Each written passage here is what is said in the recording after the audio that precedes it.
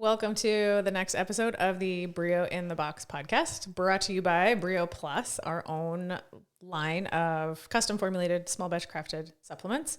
Today we're featuring our whey protein in our cinnamon swirl flavor. So this one I use as an ingredient in things more so than like mixing it up like a protein shake. Eat a few more like tasty things like muffins or pancakes or granola, but try to tilt the macro profile towards protein, which is what you need to build and grow and repair and get stronger.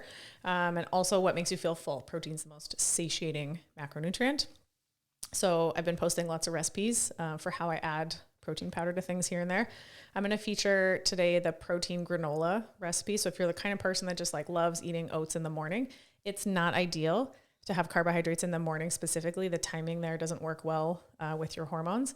But if you just love it and you just kind of have that habit, my protein granola, we still use oats, but we add healthy fats, coconut oil or ghee, and then a bit of protein and some egg whites, and you bake it and it gets all, you know, kind of crumbly little granola chunks. And then you can use that on top of like a full fat Greek yogurt. You have this little crunchy granola topping, but overall you're getting mostly protein and fat and less of the carbohydrate in the morning that sends you on the insulin.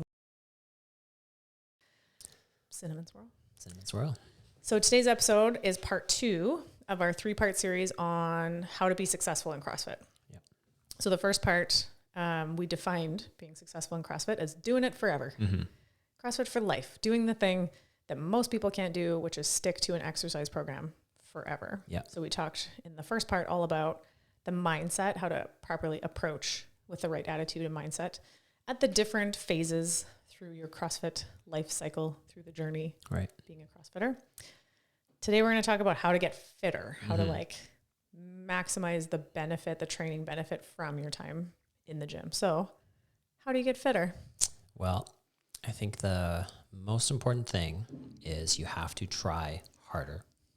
And that's it. That's it. That's the whole thing. Thanks for tuning in. Yeah. You just have to See try you next harder. week. See you next week. That's it right there. Yep. Let's dig into that. Okay. Let's Elaborate. Let's elaborate on how to try harder. What does that mean? So one of my favorite quotes, I'm going to attribute it to Adrian Conway, but I'm not positive that that's where it came from, that you don't need a harder workout. You need to try harder on the workout. Yeah. Most people will think the challenge is like making a bigger, beefier workout. It's like longer, more reps or heavier weight. Like, oh, I'm so savage with my if 100 push-ups is good, then 5.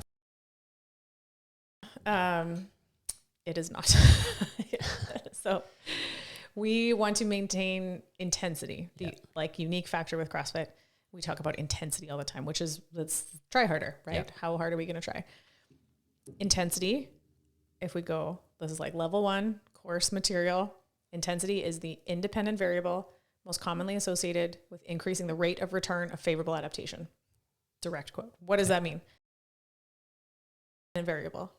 Most commonly associated with increasing the rate of return, so getting you more of what you want faster, right, of your favorable adaptations. Those are the things that you want. Anything that you want out of what you're doing in the gym. You want to get leaner, you want to get stronger, you want to get faster. It doesn't matter. The favorable adaptations come from maximizing intensity. Right. But intensity is like a very subjective thing, difficult to measure. So if I go, how hard does that feel? And you're like, you sort of arbitrarily assign a number of like 1 to 10 or whatever.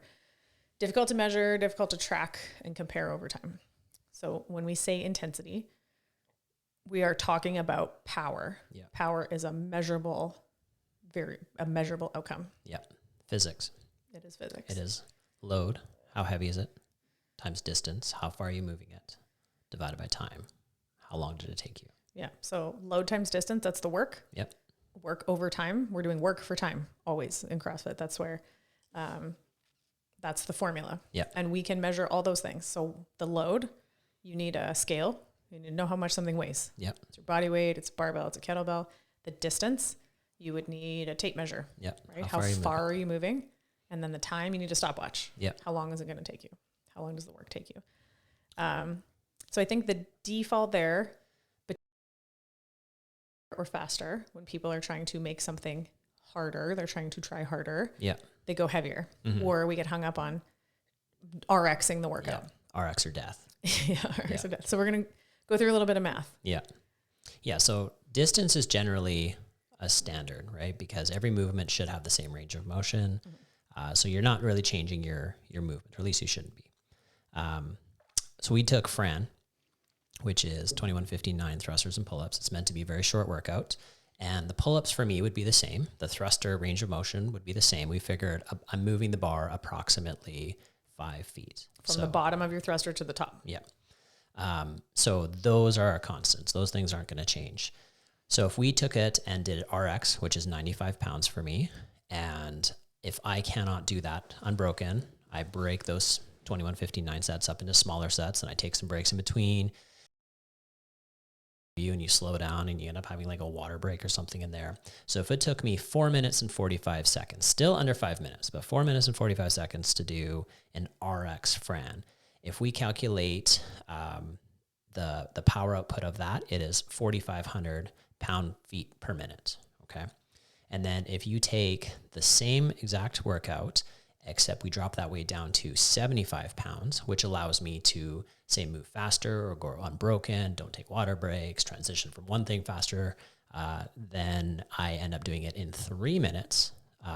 The power output jumps up to 5,600. So I'm adding almost 25% power output just by dropping the weight down and going faster. By scaling the workout, yeah, you had more power. Yeah. Which means it was more intense, which means you got more training, adaptation, and benefit out of doing that. So the goal is not necessarily all the time to RX or die, RX or death, that you can get more benefit out of scaling properly and hitting the intended stimulus rather than going heavier or slow. Yeah. And a workout like Fran, there's guys that do it in less than 2 minutes RX. So for you to do it in 6 or 7 or 8 minutes, even if you're doing it RX, you're doing a different workout than the guy that's doing it in 2 minutes. Yeah, that's a different stimulus. Yeah. You're doing heavy Fran. Yeah. Or they're doing fast, high intensity Fran. Yeah. So we know intensity is this thing that we want. We need to apply it. But we also need to be smart in how we're going to apply intensity. Right. We've said numerous times in the short lifespan of this podcast before, mechanics, consistency, then intensity. We need to move properly. We need to move properly all the time, even when we're tired. And then we apply intensity and go heavier or faster. Right. So in the beginning, when your mechanics, or I won't say in the beginning, forever, when our mechanics are not perfect on every single movement. Yeah. How and when do we apply intensity? Yeah. So if you looked at, like I post every Sunday, our week at a glance, all the workouts that we're going to do for the week, you can see what's coming up. You're going to strategically apply intensity to the movements or workouts where you know you have good mechanics. Right. You have mechanics and consistency. And so in the beginning, if you're, coordination and balance and flexibility and stuff is not great for a lot of high skill movements, well, cool. You're going to apply a shit ton of intensity to echo bike sprints and burpees and rowing and low skill movements where you're just going to get uncomfortable and you're just going to go fast, and you can apply a lot of intensity very safely. Yeah. So it's not movements. Like for the first 3 months you have zero intensity. It's all just learning movements. You just don't apply intensity on the high skill movements that take time to develop. You apply intensity on the low skill, easy to learn. We show you a burpee and you can do them from now on with intensity. Yeah. And so then other movements, you have to do your time, right? We talked about this in a previous episode. You have to do your time to build the base, build your mechanics, earn your way into the higher skill movements by, moving consistently well. And then you get to apply intensity. So if you don't overhead squat well, guess what? You're not going to try to overhead squat heavy and fast. Yeah. You're not there yet to layer on intensity. So it has to come in the right order. So if you looked at the week, you're going to apply your intensity to certain movements or certain workouts and not to others. And then other workouts, you're going to approach them with a different take where you're not necessarily just trying to go balls to the wall super fast. Yeah. You're kind of planting the seeds for future you to be able to apply intensity down the road. You're playing the long game. Yeah. So that you are working on earning your way into doing those movements faster or heavier. Yeah. So maybe you're like, sometimes there's a particular goal in mind. Like you're going to do the open this year. Yeah. And you just know that the open is going to have thrusters and they're going to be 95 pounds. So you're like, I hate 95 pound thrusters, but I just have to get used to that weight on my shoulders. And there. I am literally reading from David's biography right now. So it's going to be less intense. It's going to be lower power on the days that you choose Yeah. to attack that area that needs work. Yeah. So certain workouts, it's more appropriate to do those things, right? If we have a 5-round for time workout and there's 75 reps and you're doing 3 or 4 reps at a time, it's going to take you forever to get through that workout. So your power output is going to drop. You're going to go over, the next class will be warming up and you're still chipping away. Turning the lights off and going home and you're still working. They're mopping around your sweat. Those are not the days to push it and go RX no matter what. The best time is when we're doing an AMRAP, because no matter what, you've got a set amount of time. You've got 7 minutes or 20 minutes. Even if you work half the speed as other people, we're all done at the same amount of time. So if it's a for time workout, scale accordingly to get within the right stimulus, the goal time. If it's an AMRAP, that's the day to maybe test the waters with a heavier lift or a higher skill movement. So throughout the week, there are a variety of ways that you approach the different workouts. Yeah. You can't always go light and fast. No. You can't always go heavy and slow. No. You need to do a little bit of both. Yeah. And there is a point where if I could do Fran at 55 pounds in 3 minutes, but I could also do Fran at 65 pounds in 3 minutes, I'm not getting the training benefit, the power output benefit anymore by scaling the weight. Now I do need to push the weight. And if I can do the same movements at the same speed, but with more load, then that is a higher power output. So, and I think people get into a frame of mind where they're like, well, my thruster weight is this. And anytime they see thrusters, they just use that same weight. And, you have to challenge yourself if you're going to get better. So if you have been using 55 pounds for thrusters for the last 3 years, it's probably time to make an adjustment and test the waters a bit. Yeah.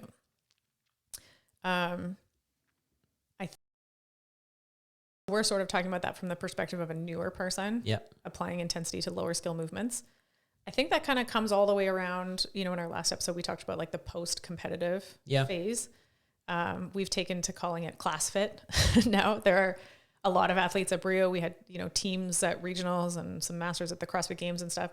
Regionals hasn't been a thing for 3 years now. So a lot of us are in that post-competitive phase. Yeah. Older. We all seem to be aging. What? Not really sure why that's happening.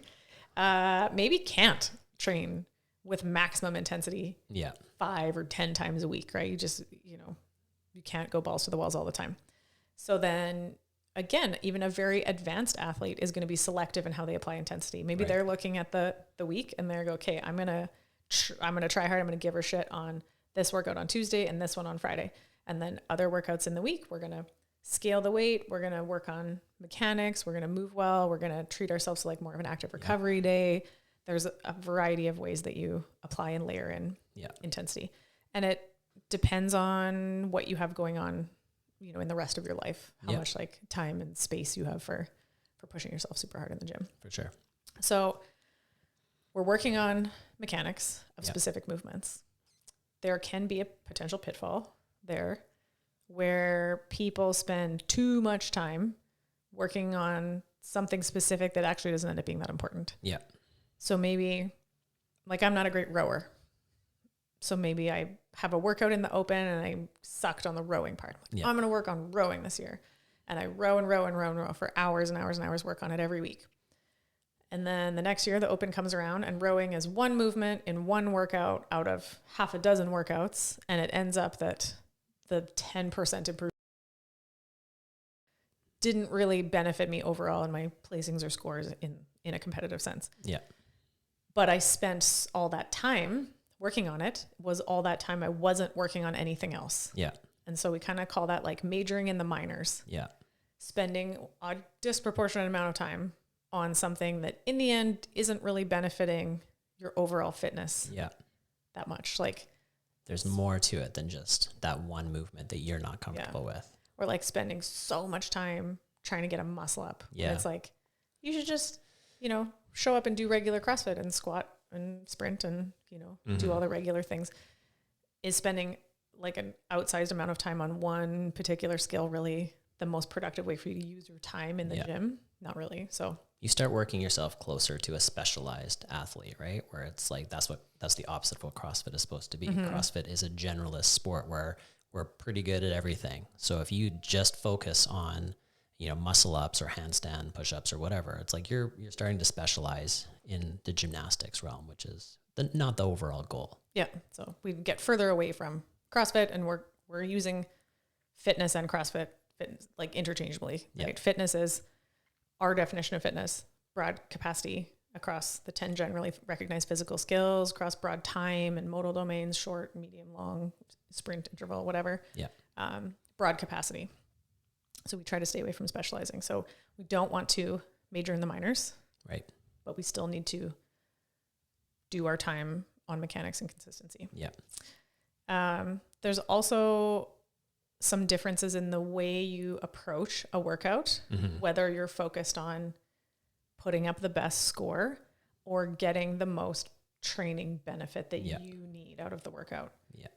So I always use the workout Helen as a good example. I'm not a good runner. Anybody that knows me knows this, an understatement.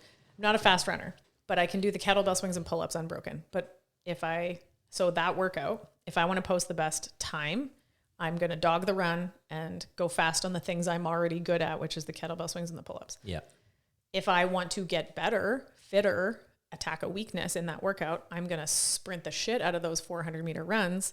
You're going to suffer the consequences. I'm going to suffer through the kettlebell swings and pull-ups, and I'm probably going to have a worse time on that day. So that's gaming versus training. Is it game day and I'm going to do whatever I can to just post the best score, which means I'm going to dog my weaknesses and sprint on my strengths? Or do I want to use this time to get better at something, in which case I'm going to do it the other way around, but then I have to be able to check my ego because it's not necessarily going to be the fastest time on the board. Yeah. You have to put your blinders on. You have to ignore what everybody else around you is doing. You're focusing on getting better in the long run. And it's all about balance, right? It's not like every day you have to go in and subject yourself to torture to get long-term improvement. Once in a while, you can treat yourself and crush a workout and feel great and leave being like, hell yeah, I smashed that one. Yeah. Doesn't mean that every day has to be negative, right? Yeah. Treat yourself to some good ones. But most of the time, especially when it's just a workout of the day where there's nothing on the line, it's not the open, you're not like in a competition, it's just fitness. If you want to get fitter, you have to, attack your weaknesses. You have to try hard. You have to do things you otherwise wouldn't want to do. Yeah. So we're starting to build like how we're approaching like a week or a month or a year of training, which is like, we need to apply intensity. Yeah. But we're going to apply it selectively where we can do it safely in places where we have good mechanics and consistency. Places where we don't have that yet, we're also going to spend some of our training time building the base. Yeah. Working on the mechanics and the consistency, whatever that means. We need to, look at the overall balance of our fitness and identify the areas of weakness. We got to work on our weaknesses, but then also from two different perspectives, like you said, sometimes you're just going to treat yourself and smash a workout full of all your favorite things. Yep. It's good for the ego once in a while. It's fun. It's reinforcing. It's fun to have those days. If we're talking from a competitive perspective, I always remember, I think it's Dave Lipson talking about Camille LeBlanc-Bazinet in the time 5 or 6 years ago when she was like quite competitive. She won the CrossFit Games one year, where he said, yeah, she spends a lot of time attacking her weaknesses, but she also spends a lot of time training the shit out of her strengths so that when those certain workouts come up, she'll get the win. Because oftentimes in CrossFit, the way the scoring works, a win is more valuable than the difference between 25th or 30th place. Yeah. So if you spend all this time attacking your weaknesses and you increase your placing by 5 points at the bottom of the pack, it doesn't actually benefit you as much as a win in certain events. So I always thought that kind of stuck with me because so much we're like, attack your weaknesses. You're like, yeah, but also not at the sacrifice of your strengths, right? You got to keep those high points high. Yeah.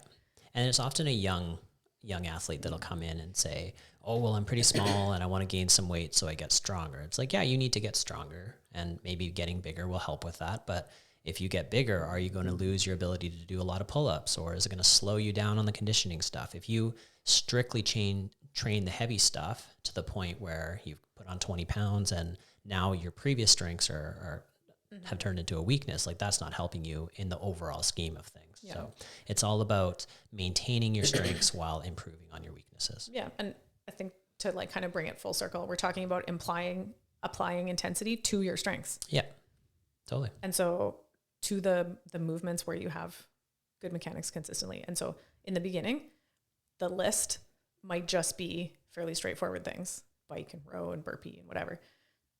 As you build your base, you earn your way into more things. Maybe you squat snatch really well. Maybe you bar muscle up really well.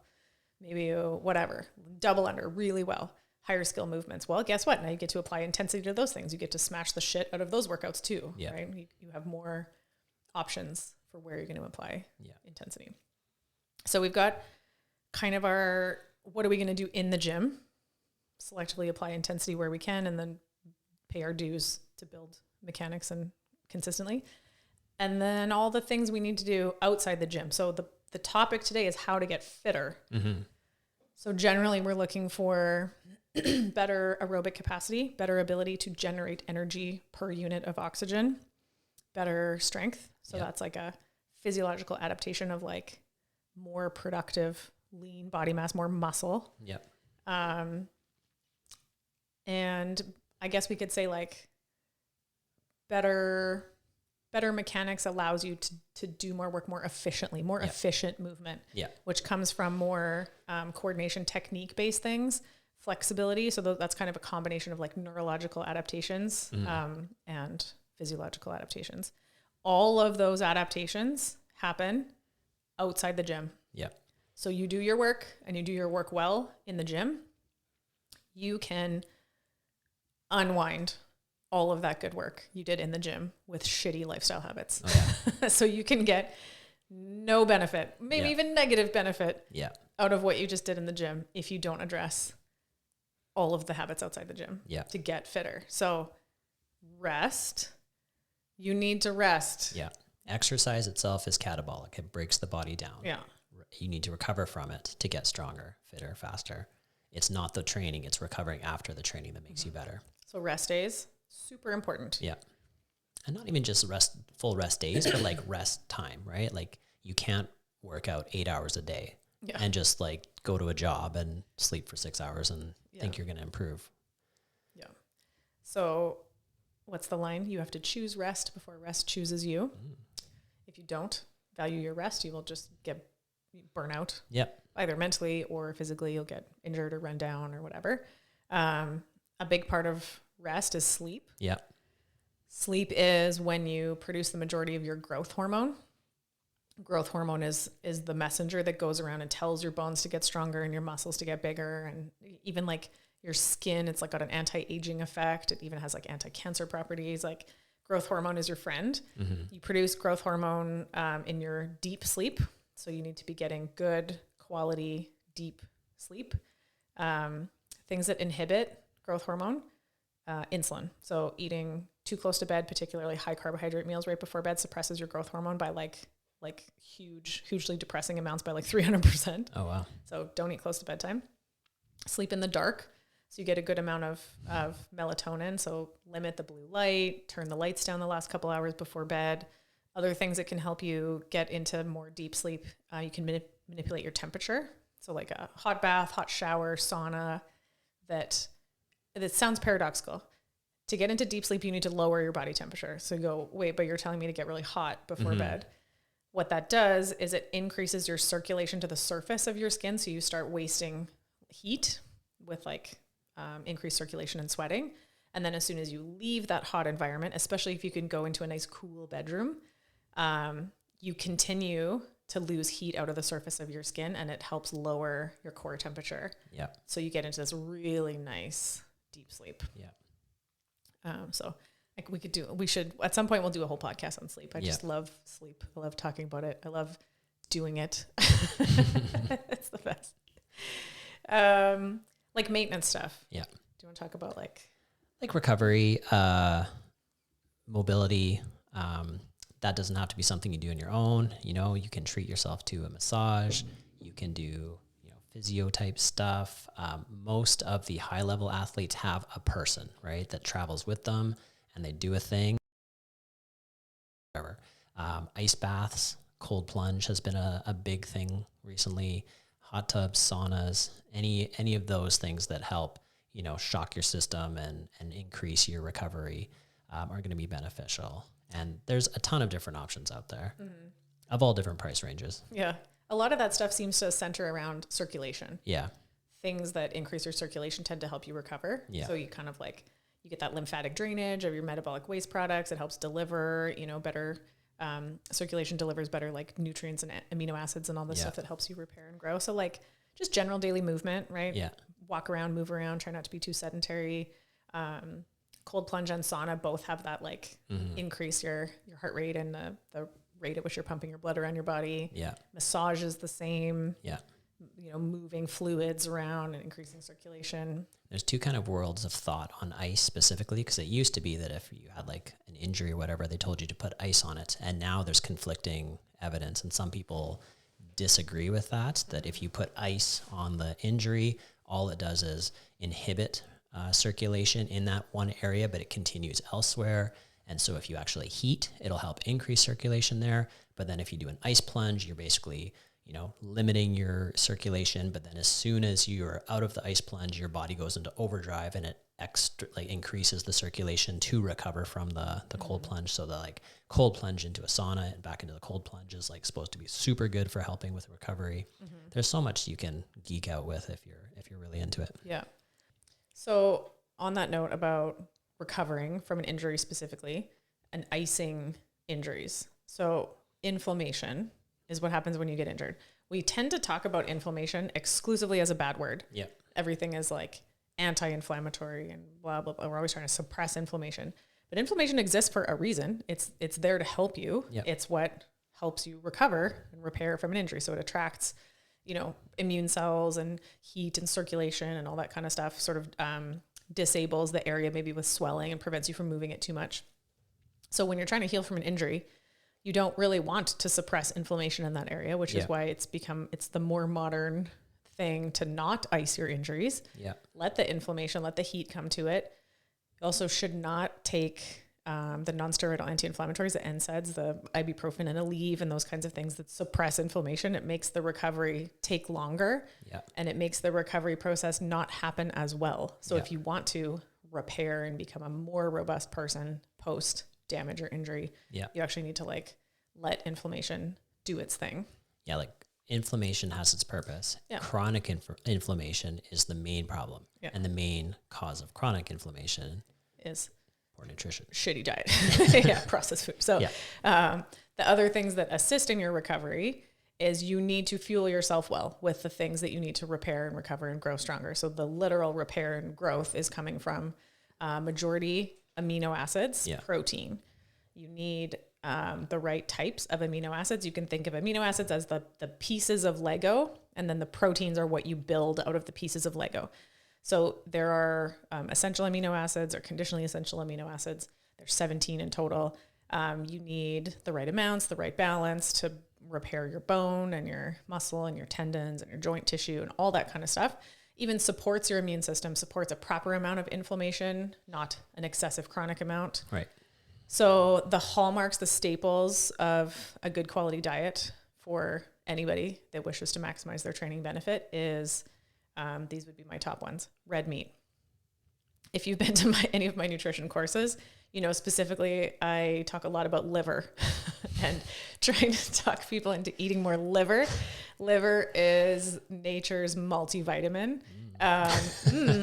So tasty though. Just eating up those multivitamins. So if you can't tell, David hates liver as a result of being forced to eat it as a kid, will not touch anything that remotely looks, smells, feels, tastes like liver. So I also don't like liver. I didn't grow up eating it. I don't have a taste for it. It's definitely an acquired taste. Yeah. But my brain understands the nutritional value of it.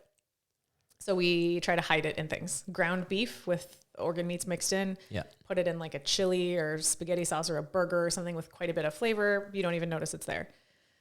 I freeze raw liver in little strips. They're about half an ounce each. I take them out of the freezer. I chop them into little pill-sized chunks and I just swallow them frozen whole like a vitamin. Yep. So if you can swallow a fish oil capsule, you could swallow a chunk of liver. I pay the premium to get dried liver capsules and take those. Like a civilized adult. Like a civilized grown-up. That is option 3. is liver supplements. So it's just freeze-dried desiccated liver. And they just pulverize it into a powder, put it in a capsule, and you swallow the capsules, and then you never had to look, touch, taste, or feel the liver whatsoever. It's just more expensive. Yeah. Whereas like I buy a tray of liver, it's enough to last me like a month at the co-op for like $2.50. Like it's the cheapest, easiest thing. You get what you pay for. So red meat, because it has not only all of your proteins that you need, but like iron, heme iron, the specific form of iron that you need to support the health of your red blood cells for your cardiovascular, oxygen delivery system, your aerobic system, choline, all your B vitamins. You know, the organ meats are specifically high in the fat soluble vitamin A, retinol, the animal form of vitamin A, Creatine, carnitine, choline, like all these awesome nutrients that you need to like support all these enzymatic processes that are going on in the body. The other major thing I love is egg yolks, specifically whole eggs. Eat the whole egg. The protein is in the white. One of my crimes against nutrition that I touch on in my Nutrition 101 course is eating only the egg whites and throwing out the yolk. And I'm always just like, like, don't do that. The egg yolk is literally one of the most nutritious things on earth. It contains all of the pieces needed to make life, because it would be a baby chicken. Yeah. And specifically some rare nutrients like choline is one of them. So acetylcholine is one of your like primary transmitters and muscular neurotransmitters that helps you initiate muscle contraction. We don't need to get too far into the weeds of like the biochemistry of that, but know that egg yolks are specifically beneficial in choline, as well as, you know, lots of your other vitamins and minerals and nutrients and stuff. Egg yolk's good. Got it. Egg yolk's good. Red meat, organs, eggs. The high fat dairy products, if you can tolerate them. Grass-fed butter is awesome. Ghee is clarified butter. So they just remove the protein and water, the milk solids, and just gives you a clarified butter, just the fat. Both of those are fine. And most people, even if you have specific intolerances to dairy products, usually can tolerate butter and ghee fine. Yeah. Grass-fed butter is going to be higher in vitamin K2, another one of your fat-soluble vitamins. K2 is the animal form as opposed to vitamin K1 that comes from green grass. The cows eat the green grass. Their gut bacteria ferments it into vitamin K2, a menaquinone form, usually the MK7 form is what you want. Vitamin K2 is the master regulator of calcium in your body. So it sends calcium to the right place. So it helps you repair your bone, your skeletal structure. Calcium is also involved in like, you know, neuromuscular, like nerve impulses. You know, it's one of your little ions that can go back and forth on either side of like your cell membranes to signal muscle contraction. So you need the right balance of calcium, and you need it in the right place. Right. So yeah, my top foods are red meat, organs, eggs, grass-fed butter. If you can tolerate dairy products, you can do like whole, like heavy cream, heavy high-fat sour cream. Fermented foods are great, yogurt, that kind of stuff. But basically you're prioritizing protein. If you prioritize protein foods, nutrients tend to follow protein, just in the way, the sort of structure of how food is created. Fat as an important carrier of all your fat-soluble vitamins. You need a good amount of saturated fat. Specifically, saturated fat is the building block of important hormones like testosterone.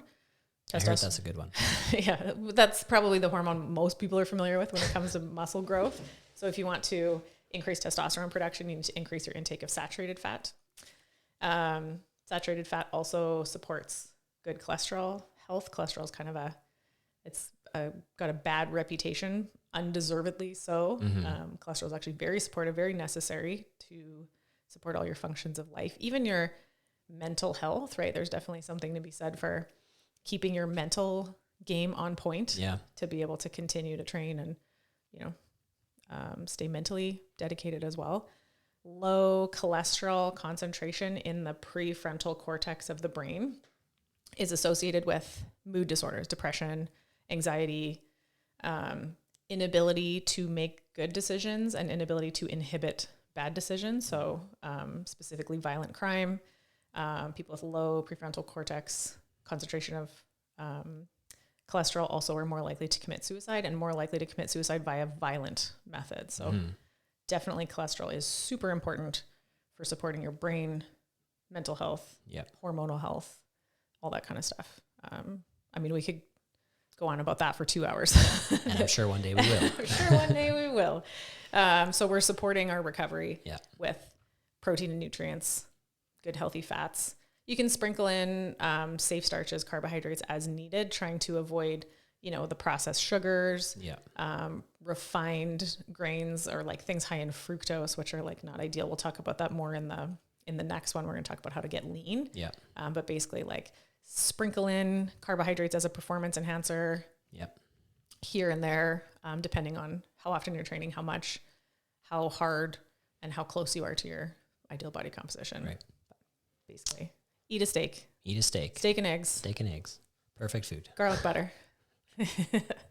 So on that same theme of habits outside the gym, the things that specifically inhibit recovery or positive adaptations to all of the work that you did in the gym, one of the big ones would be alcohol. Sorry to be the bearer of bad news. Yeah. Wah, wah. So you're saying it's better to have post-workout beers than pre-workout beers, or vice versa? I think maybe vice versa. I think pre-workout. Okay. Pre-workout beers. We need to do the beer mile more often. So yeah, I mean, I don't think anyone was really under the impression that like alcohol is good for recovery. Nope. It's a toxin. It, dehydrates you. It suppresses immune function. It overtaxes the liver. Yeah.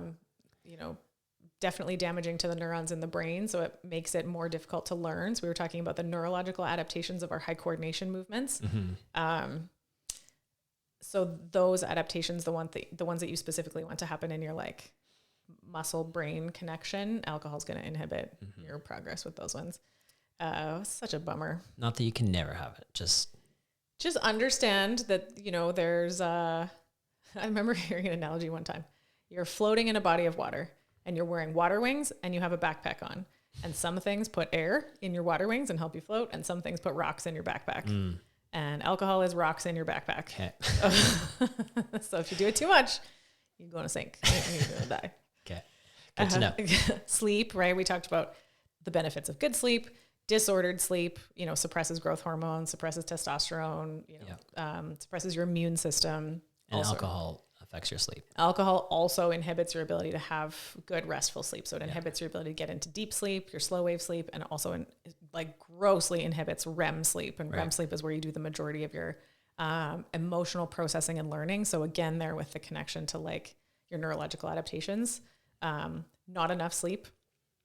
So like short sleep, anything 7 hours or less, you get the majority of your REM sleep in the last 2 hours before waking. So the like between 6 and 8 or between 7 and 9 hours of a full night's sleep. So even if you're like, oh, I slept for 6 hours, like close enough, you're like, ooh, but you didn't just lose like a quarter of your sleep. You lost almost 100% of your REM sleep. So you can't run your body that hard and be sleep deprived all the time. Okay. And processed food. Yeah. Well, yeah. So sugar, particularly bad. I notice 100% that I sleep worse and feel worse after I have, like, we had pizza for Halloween recently and I felt like garbage that night, and going to sleep, I didn't sleep as well. And then the next day it was just like, bleh.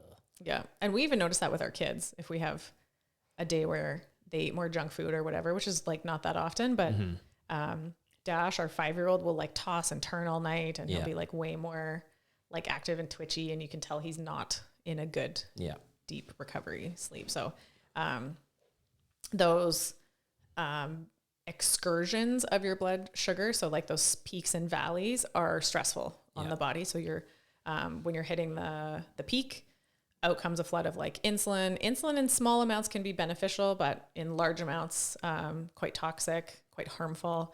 But then the valleys as well come with like, when you're low sugar, when you kind of overcorrect after, a big processed food meal, that comes with a flood of stress hormones to try to get your liver to spit out more sugar and keep your blood sugar balanced. So you're just on this like wild ride of insulin and stress hormones when you're eating carbohydrates all the time. Omega-6 processed vegetable oils.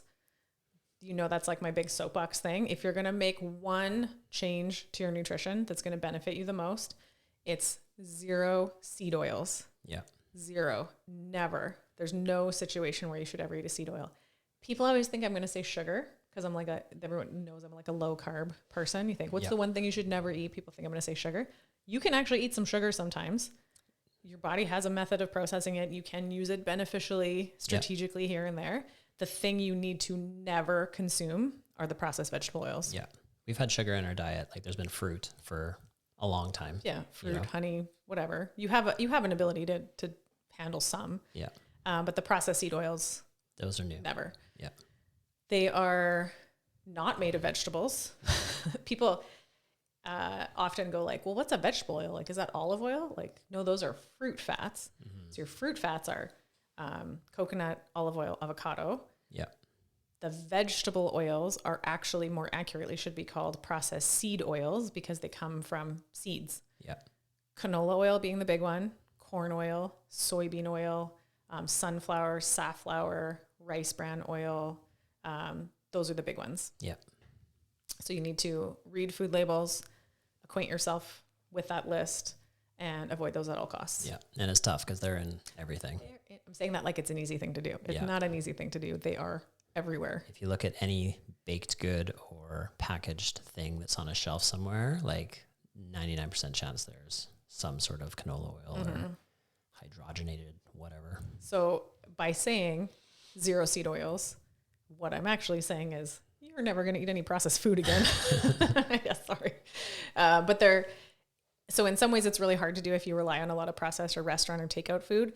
But then in other ways it's a super easy thing because you don't really have to give up anything. You don't have to cut your calories. You don't have to, there's no specific foods that you need to cut out. You're just going to switch the type of fats that you cook with. So we made French fries the other night, like old school classic deep fried in beef tallow. I get the beef tallow from a local butcher called Pig and Pantry. Yeah. So that's how all fries were made until the mid 90s when the fast food companies switched to vegetable oil, canola oil, or soybean oil usually. You can still cook things in fat, right? Your vegetables or fry your eggs or whatever, but you're going to use butter or bacon fat or coconut oil. You're just going to switch out the types of fats. You can still make salad dressings. You're just going to use olive oil instead of vegetable oil. I was just going to say salad dressings are the tough one because people often get a salad thinking they're like, oh, I'm making a good choice. But that dressing is made of canola oil or some other kind. Soybean oil, usually. Yeah. You're way better off with one you made yourself. Yeah. So what that is going to do is force you to cook at home. Which is more good. cost effective anyways. Yeah, it's better, but you're going to have to develop some skills. So eat real food is the major message there. Eat real food, whole, unprocessed meats, fats, sprinkle in some vegetables, good things in small amounts, some nuts, maybe a little bit of honey, like some other dark chocolate, some other tasty things that are nutritionally beneficial in small amounts, like real food. So how to get fitter in conclusion? Oh, you got to try harder. Gotta try harder. How are you going to try harder? Strategically. Yeah. You're going to apply intensity where you have mechanics and consistency. Yep. You're going to pay your dues, spend your time building mechanics and consistency. Yep. You're going to work on your weaknesses, but not to a fault that other strengths become weaknesses. You're going to approach a workout for the training benefit more so than the gaming or maximizing the score necessarily. So you're going to go in it with a goal or with a mindset of what you're trying to get out of the workout. Yep. Make a goal. And then you're going to support recovering and getting the maximum adaptation that you can from your time in the gym, outside the gym, with good food, good sleep, purposeful rest days, active recovery, lots of general daily movement. We didn't really talk about sun, but like going outside, vitamin D, and that kind of goes along with our general daily movement. Like go for a walk. Yeah. Another part of supporting good sleep is like having bright daylight exposure early in the day. Like, I mean, again, we could do a whole podcast on sleep, but lots of general daily movement. Yep. Take care of your body. Get massages. Eat well, sleep well. Sauna. Yeah. Repair, recover, maintenance stuff. And then you'll be fitter. It's as easy as that. So in part 3, we're going to talk about how to get leaner, improve your body composition. So we'll see you next time. Thank you.